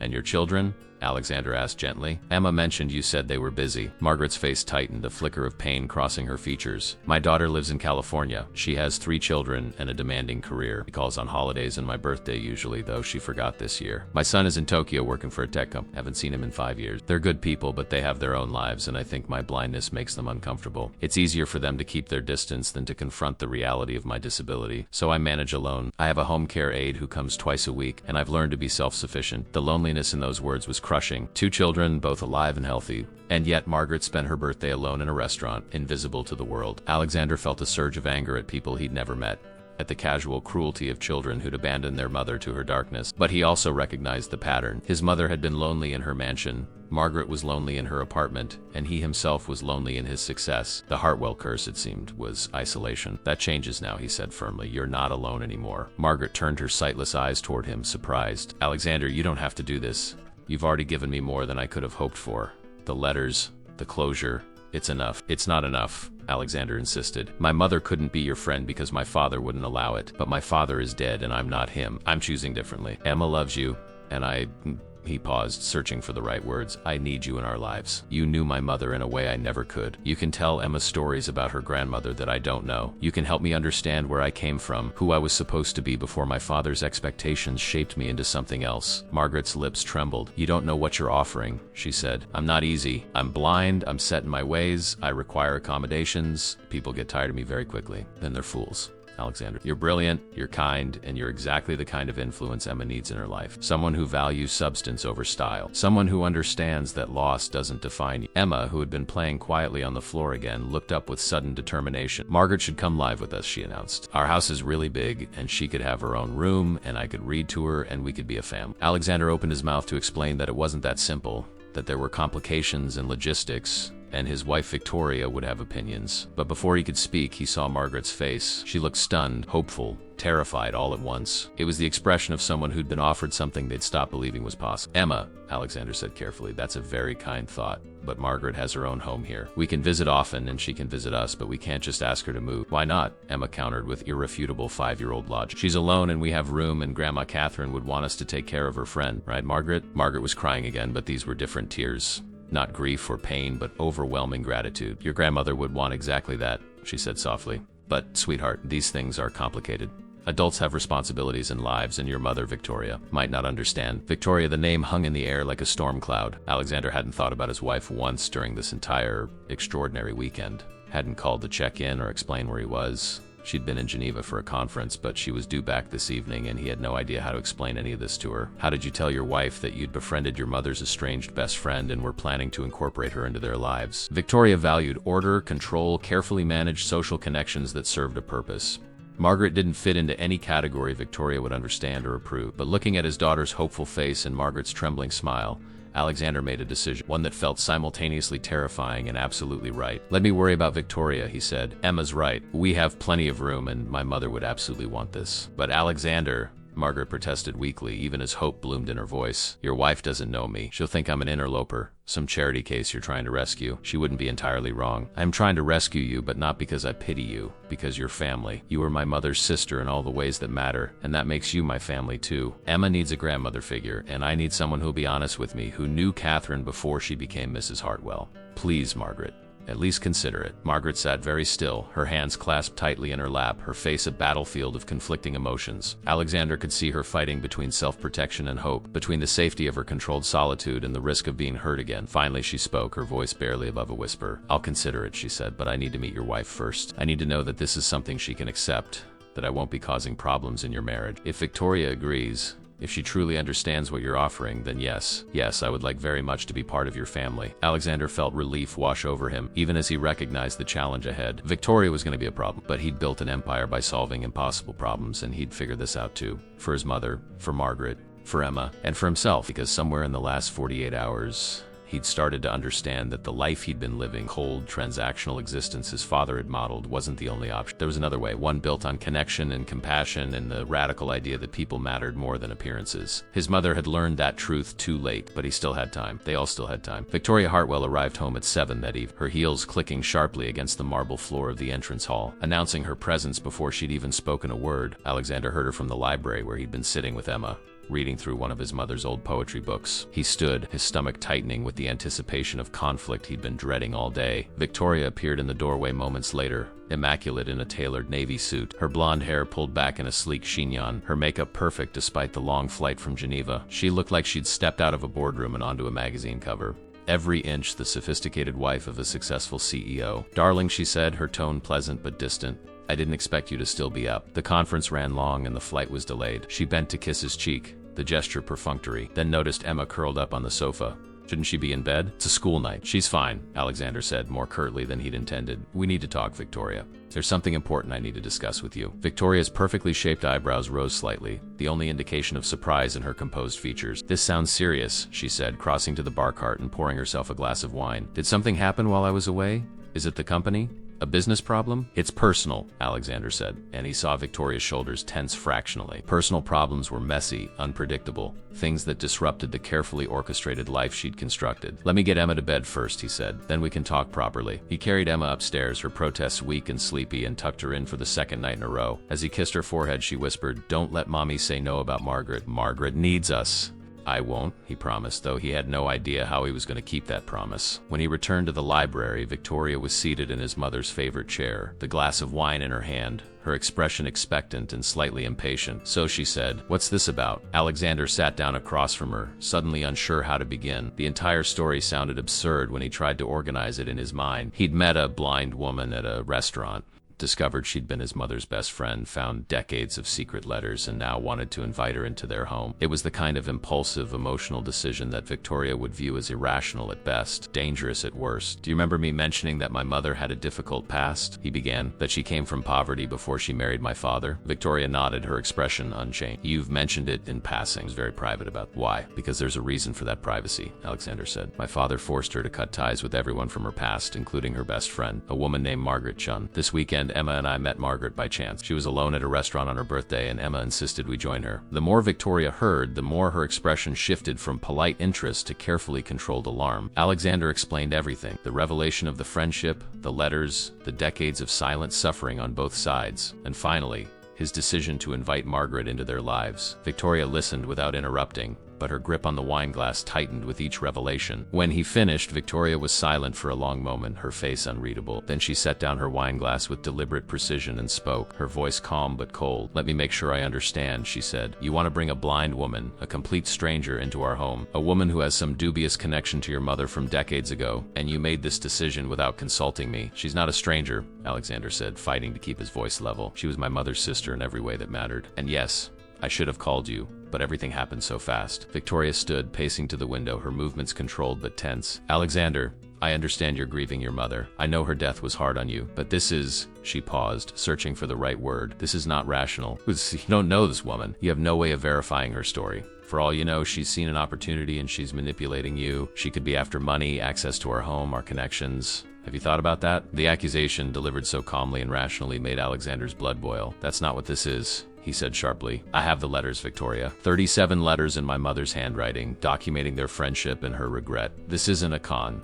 This is my mother's unfinished business, and I have a chance to make it right." Victoria turned from the window, her expression hardening. "Your mother's unfinished business is not your responsibility," she said. "Catherine made her choices. She chose your father, chose this life, and whatever regrets she had about old friendships are not something you need to resurrect. Certainly not by inviting some elderly disabled woman to live here. Do you have any idea what that would require? The modifications to the house, the additional staff, the disruption to Emma's routine, to our privacy? This is our home, Alexander, our life. You can't just unilaterally decide to change it." Alexander stood, anger surging through him. "This house is too big for the three of us anyway," he said. "We have 10 bedrooms that sit empty. We employ a staff of 6 people who spend most of their time polishing things that are already clean. We can certainly accommodate one more person. And as for Emma's routine, Victoria, Margaret is the best thing that's happened to her in months. Do you know what Emma said today? She said Margaret makes her feel seen. When's the last time you made Emma feel seen?" The blow landed hard. Victoria's face flushed with anger and hurt. "That's not fair," she said, her voice rising. "I'm doing my best to balance my career and being a mother. Just because I'm not content to be a stay-at-home parent doesn't mean I don't love my daughter." "I never said you didn't love her," Alexander countered. "But Emma needs more than a mother who shows up for scheduled quality time between business trips. She needs someone who's present, who listens to her, who sees her as more than another item on a to-do list. Margaret does that, and I think she could help us be better parents." Victoria laughed, a sharp, bitter sound. "Better parents? Is that what this is about? You think bringing your mother's abandoned friend into our home will somehow solve our marriage problems? Will make you feel less guilty about being exactly like your father? Always working, always building the empire, never actually present?" The accusation hit too close to home. Alexander felt himself recoil from the truth of it. He was like his father in many ways, and that realization had been haunting him since he'd read those letters. "But that's exactly why this matters," he said quietly. "I don't want to be my father. I don't want to look back in 40 years and realize I chose all the wrong thing. I want to break break the pattern, Victoria, and this is where it starts. Victoria's anger seemed to deflate suddenly, replaced by something colder and more calculated. She studied him for a long moment, and Alexander could almost see her reassessing, recalculating the dynamic of their relationship. If you do this, she said slowly, if you bring this woman into our home over my objections, you need to understand what you're choosing. You're choosing a stranger over your wife. You're prioritizing your mother's ghost over our marriage, and I won't forget that. Is that really what you want? It was an ultimatum, delivered with surgical precision. Choose Margaret or choose Victoria. Choose the past or the present. Choose sentiment or pragmatism. It was exactly the kind of transactional thinking that had defined his father's marriage, and Alexander felt something inside him snap. Maybe, he heard himself say, maybe that's exactly what I'm choosing. Maybe I'm tired of marriages that are negotiations instead of partnerships. Maybe I'm tired of living in a house that's a showcase instead of a home. My mother spent 40 years trapped in exactly this kind of relationship, and it destroyed her. I won't do the same to myself or to Emma. The words hung in the air between them, and Victoria's face went pale. For the first time since he'd known her, Alexander saw genuine emotion break through her polished exterior. Fear, anger, and something that might have been grief. You're serious, she said, her voice barely above a whisper. You'd actually choose this. Alexander felt exhaustion wash over him. I'm not choosing between you and Margaret, he said. I'm choosing the kind of person I want to be. And if you can't accept that, if you can't understand why this matters, then maybe we have bigger problems than I thought. Victoria picked up her wine glass, drained it, and set it down with a sharp clink. I need to think, she said. I'm going to stay in the guest wing tonight. We can discuss this more tomorrow when we've both had time to process. She walked toward the door, then paused and turned back. For what it's worth, she said quietly, I'm not the villain in this story, Alexander. I've built my life around supporting yours, around being the wife you needed for your career. If that's not enough anymore, if you want something different, then maybe you're right. Maybe we do have bigger problems. She left, and Alexander heard her footsteps retreating down the hall, heard the distant sound of a door closing. He sat alone in the library, surrounded by his mother's books and the weight of his choices. His phone buzzed. A text from Margaret. Thank you for today. For the letters, for everything. Giving me closure I never thought I'd have. Whatever happens next, please know you've already done more than enough. He typed back, you're part of this family now. Whatever it takes. As he hit send, Emma appeared in the doorway in her pajamas, her face worried. I heard yelling, she said. Is Mommy mad about Margaret? Alexander held out his arms and Emma ran to him, climbing into his lap. Yes, sweetheart. Mommy's worried about changes, but we'll work it out. Will Margaret still come live with us? Emma asked, her voice small. Alexander thought about Victoria's ultimatum, about the marriage that was already cracking under the weight of everything unsaid and unfelt. He thought about his mother's letters, about decades of regret for choosing wrong, and he thought about Emma, who deserved to grow up in a home where love mattered more than appearances. Yes, he said firmly. Margaret will come live with us, I promise. Emma snuggled against his chest, satisfied. Good, she murmured. Grandma Catherine would be happy. Alexander held his daughter and wondered if happiness was even possible, or if the best he could hope for was to honor the people who'd suffered before him by making different choices, by being brave enough to risk everything comfortable for something real. Morning arrived, gray and heavy with unspoken tension. Alexander found Victoria in the breakfast room, already dressed for work in a charcoal suit, her coffee untouched in front of her. They regarded each other across the table like diplomats from warring nations, each waiting for the other to make the first move. Emma was still asleep upstairs, and the house staff moved quietly through their routines, sensing the shift in the atmosphere. I've been thinking all night, Victoria said finally, her voice carefully neutral, and I realized something. I don't actually know anything about you anymore, Alexander. I know the CEO, the businessman, the face you show the world, but the man sitting across from me right now, the one willing to blow up our lives for a stranger, I don't know him at all. Alexander set down his own coffee cup, studying his wife's face, and the perfect makeup couldn't quite hide the exhaustion around her eyes, the strain in the set of her jaw. Maybe that's the problem, he said quietly. Maybe we've both been performing our roles so well that we forgot there were actual people underneath. Victoria's perfectly composed mask slipped for just a moment, and Alexander saw genuine pain flash across her features. When did it happen? She asked. When did we stop being real with each other? Was it before Emma, after, or was it always like this and we just convinced ourselves it was enough? Alexander thought back to their early relationship, trying to pinpoint the moment they'd chosen appearances over authenticity. He couldn't find a single dramatic turning point, just a slow erosion, a gradual surrendering to the expectations of their social circle, their families, the business world they inhabited. I think, he said slowly, I think we built a marriage the way my father taught me to build a company, with strategy and planning and clear objectives. But people aren't mergers, Victoria. Marriage isn't a business deal. And somewhere along the way, I forgot that. We both did. Victoria stood and walked to the window, her arms wrapped around herself in an uncharacteristic display of vulnerability. I came from nothing, you know, she said, her voice distant. My parents were working class. My father was a mechanic. My mother cleaned houses. I put myself through college on scholarships and loans and sheer determination. When I met you, when you chose me, it felt like I'd finally made it, finally proved I was worth something. The confession surprised Alexander. Victoria rarely spoke of her background, had worked hard to erase any trace of her origins. He'd always assumed she was embarrassed by her past, but now he wondered if it was something else, something more like his mother's story. You married me for what I represented, he said, understanding dawning. Security, status, access, the same things my father offered my mother. Victoria turned from the window and tears were streaming down her face, destroying her carefully applied makeup. Yes, she said, her voice breaking, and I've spent every day since trying to prove I deserve to be here, trying to be perfect enough, polished enough, connected enough. I thought if I could just maintain the image, if I could be the perfect wife and the perfect mother and the perfect executive, then no one would ever see the girl who grew up in a trailer park. No one would ever question whether I belonged. Alexander crossed to her and for the first time in years really looked at his wife, saw past the designer clothes and the practiced poise to the frightened woman underneath, and in that moment he saw his mother, saw the same desperation, the same exhaustion of maintaining a facade. How did we do this to ourselves? He asked. How did we build a prison and call it success? They stood together at the window, two people who'd been married for 7 years but had never really known each other. Finally, Victoria spoke. Tell me about Margaret, she said. Not the facts, not the connection to your mother. Tell me why she matters to you, why this is worth risking everything. Alexander considered the question. Why did Margaret matter? It wasn't just about honoring his mother's memory or giving Emma a grandmother figure. It was something deeper. She represents a choice, he said finally. My mother chose wrong. She chose security over authenticity, status over love, and it destroyed her. Margaret chose differently. She was poor, she struggled, she lost her sight and her husband and ended up alone. But she never compromised who she was. She never buried the person she was meant to be. And being around her, hearing her story, it made me realize that I'm standing at the same crossroads my mother faced. I can keep pretending, keep building the image, keep sacrificing everything real for everything impressive, or I can choose differently, even if it costs me everything comfort. Is that what I am to you? Victoria asked, her voice small. Something comfortable but not real. Alexander turned to face her fully. I don't know what we are anymore, he said honestly, but I know we're not happy.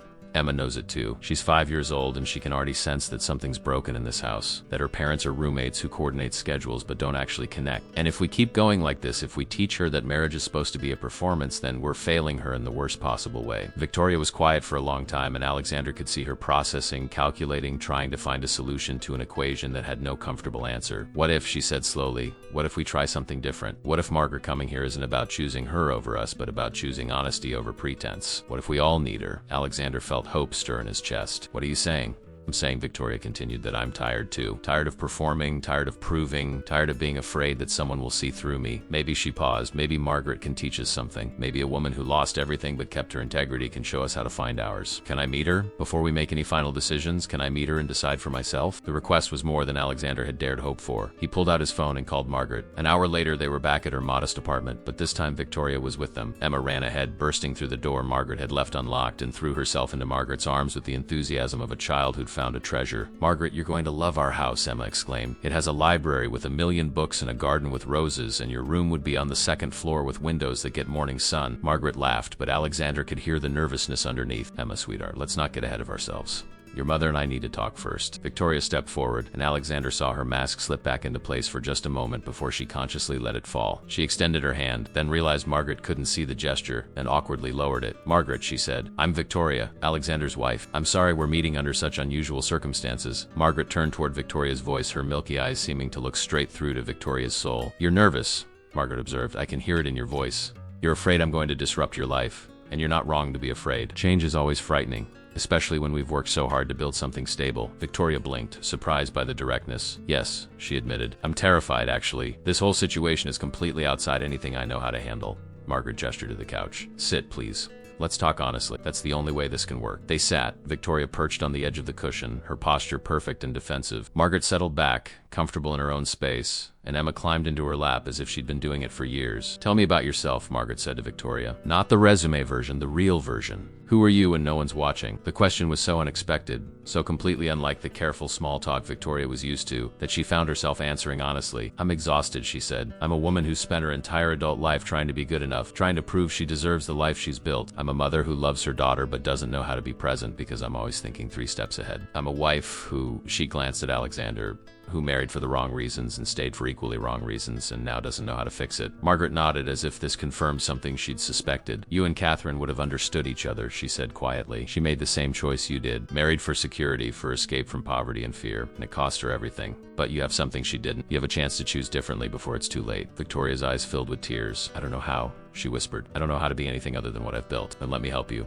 Margaret said simply. I spent 15 years learning to navigate a world I couldn't see. I can teach you how to navigate a life where the old maps don't work any. That's what I offer, Victoria. Not disruption, not judgment, just the perspective of someone who lost everything and discovered that what remains after everything's gone is what actually matters. The simplicity of the offer, the complete lack of manipulation or agenda, seemed to break something open in Victoria. She began to cry in earnest, and Emma, alarmed, reached out to pat her mother's hand. It's okay, Mommy, Emma said seriously. Margaret makes everyone cry at first.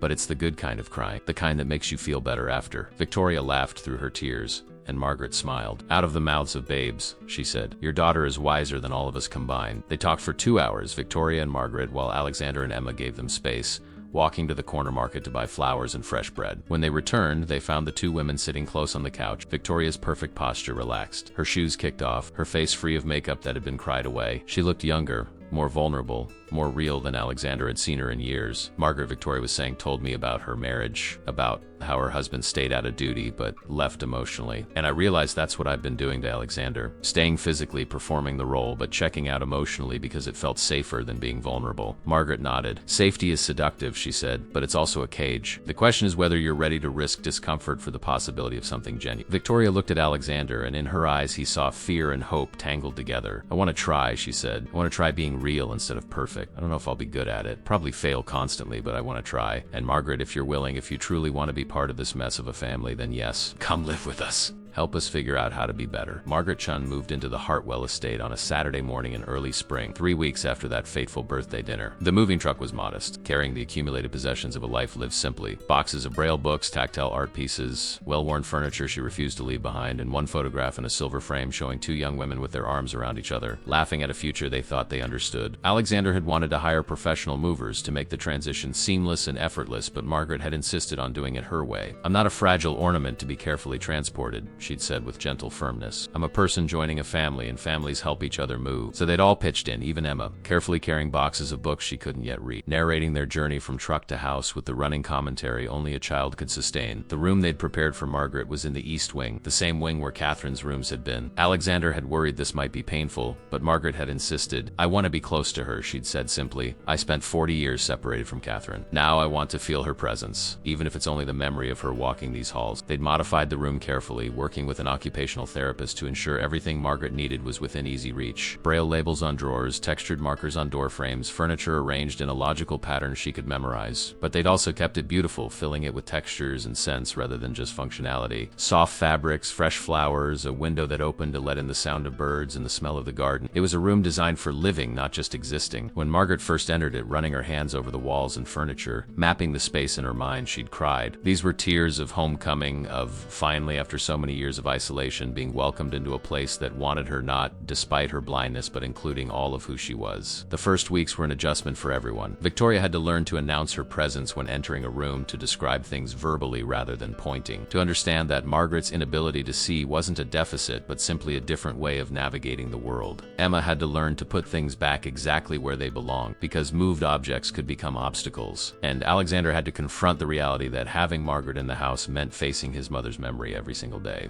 in stories and photographs, and the living proof that Catherine's life could have been different.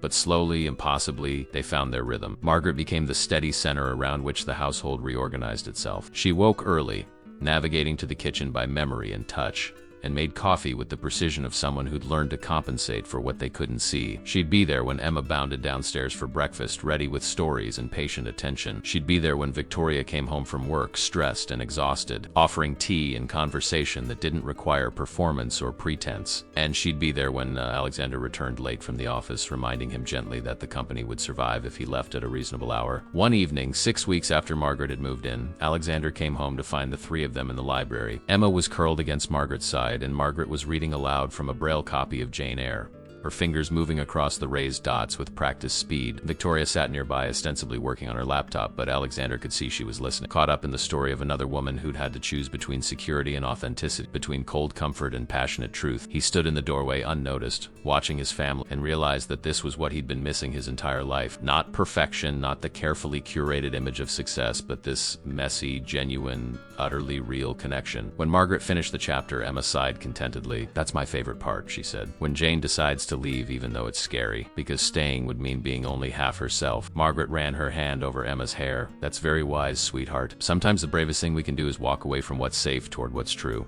even when we don't know what we'll find there. Victoria closed her laptop and spoke, her voice thoughtful. I've been thinking about Catherine, she said, about the choice she made, and I wonder if she ever had a moment like Jane, a moment where she could have walked away from Richard, from the life he offered, and chosen something different, chosen herself. Margaret was quiet for a moment. I think she had many such moments, she said finally. Every day was a choice, to stay or to go, to keep pretending or to stop. But by the time she might have been brave enough to leave, she had Alexander, and she couldn't imagine taking him from his father, from his education and opportunities. So she stayed. She sacrificed herself so her son could have everything. Alexander stepped into the room then, his throat tight. And now her son is trying to figure out if that sacrifice was worth it, he said. If the empire built on her unhappiness is something worth preserving or something that needs to be torn down and rebuilt. Margaret turned her face toward his voice. You don't have to choose between honoring what she gave you and building something new, she said gently. You can acknowledge the cost of your privilege while using it differently. That's what Catherine would have wanted, for you to have the courage she couldn't find. They talked late into the night, the four of them, about choices and consequences, about the weight of legacy and the possibility of change. Victoria admitted she'd been quietly restructuring her work commitments, saying no to travel,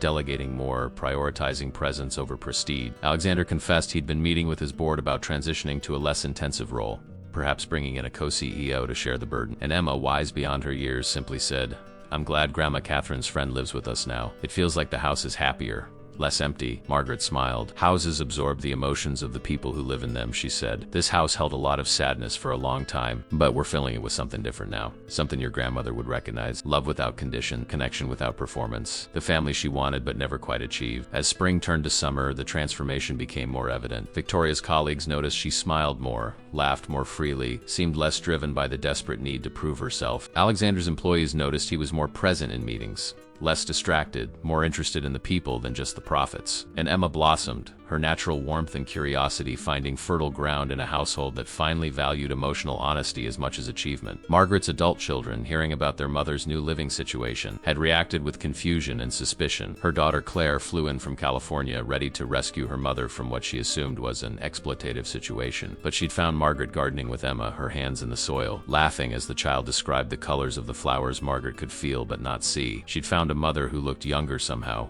lighter, unburdened by the loneliness that had weighed her down. Claire had stayed for a week, and by the time she left, she'd apologized for her absence, for letting her discomfort with her mother's blindness create distance. I thought I was protecting myself, she'd admitted, but I was just being a coward. I'm sorry, Mom, I want to do better. Margaret had held her daughter close and forgiven her instantly. That's all any of us can do, she'd said. Recognize our mistakes and choose better going forward. One Sunday afternoon in late summer, the family gathered in the garden for what had become their weekly ritual.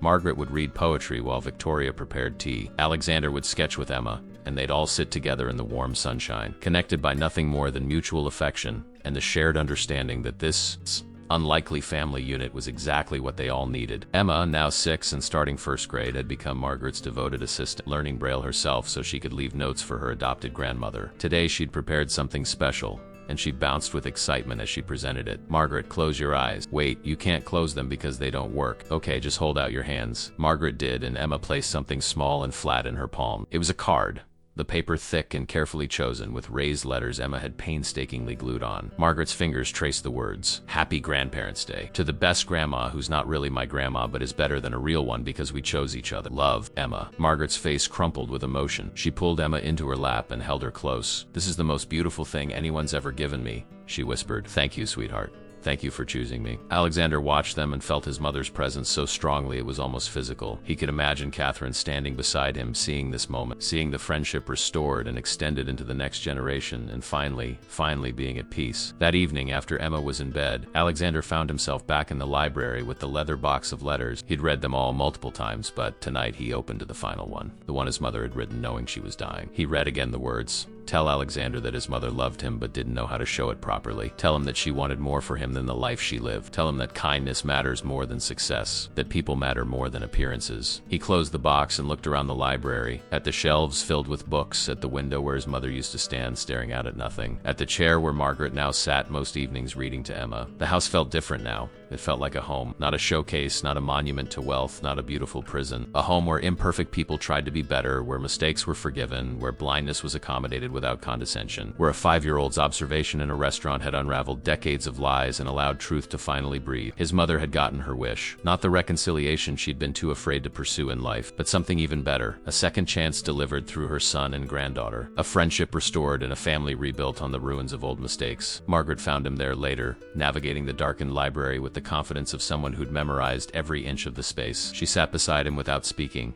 and they stayed like that for a long time, two people connected by the ghost of a woman who'd loved them both. Finally, Alexander spoke. "Thank you," he said simply, "for staying, for teaching us, for being brave enough to let us in." Margaret reached out and found his hand. "Thank you for seeing me that night," she said, "for not walking past, for choosing compassion over convenience. Your mother would be so proud of the man you've become, not because of your success or your wealth, but because you had the courage to choose differently than she did. That's the greatest gift you could give her memory." They sat together in the peaceful darkness, in a house that had finally learned to be a home, in a family that had been broken and remade into something stronger. And somewhere, in whatever place holds the souls of those who've passed, Catherine Hartwell smiled, finally free of regret, knowing that love, even when delayed by decades, eventually finds its way home. This is the story of how a child's innocent words changed everything, how one abandoned woman's birthday became the catalyst for healing across generations, and how the courage to choose authenticity over appearances can transform not just individuals but entire legacies.